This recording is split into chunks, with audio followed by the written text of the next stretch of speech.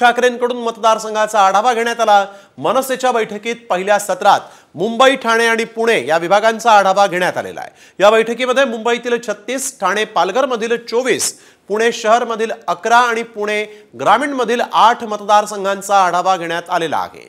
मुख्यमंत्री एकनाथ शिंदे यांच्या मतदारसंघातून मनसेचा उमेदवार ठरल्याची सूत्रांची माहिती आहे।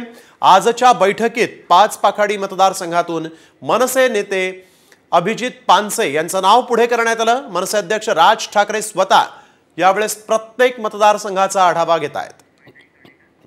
वैदेही काणेकर आमच्या प्रतिनिधी यावेळेस आपल्याबरोबर फोन लाईनवरून जोडले गेलेले आहेत। वैदेही, मनसेचा पहिला उमेदवार ठरला असं म्हणता येईल का?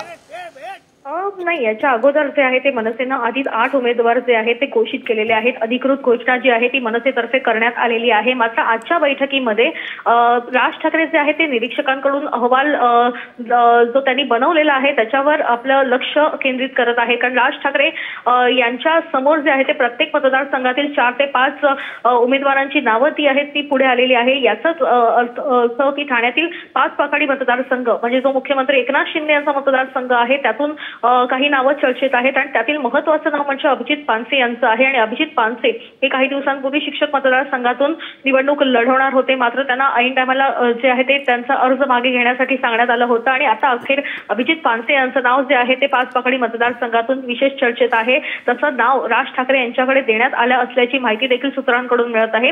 मात्र राज ठाकरे हे स्वतः त्या नावावर शिक्कामोर्तब करतील का हे पाहणं देखील तितकंच महत्त्वाचं आहे। बिलकुल वैद्य, एक महत्त्वाचा प्रश्न, आज राज ठाकरेंनी मुख्यमंत्री एकनाथ शिंदेंची भेट घेतली आणि दुसरीकडे मुख्यमंत्री एकनाथ शिंदेंविरोधातच पहिला उमेदवार म्हणून अभिजित पानसे यांचं नाव समोर येत असलं आहे। नक्कीच आपण बघतोय की मुख्यमंत्री एकनाथ शिंदे यांच्यासोबत त्यांची बैठक जी झाली होती ती कुठेतरी मुंबई आणि MMR परिसरासंदर्भात खरं तर या बैठकीमध्ये चर्चा झाली। अर्थात विधानसभा निवडणुकांसंदर्भात देखील चर्चा झाली।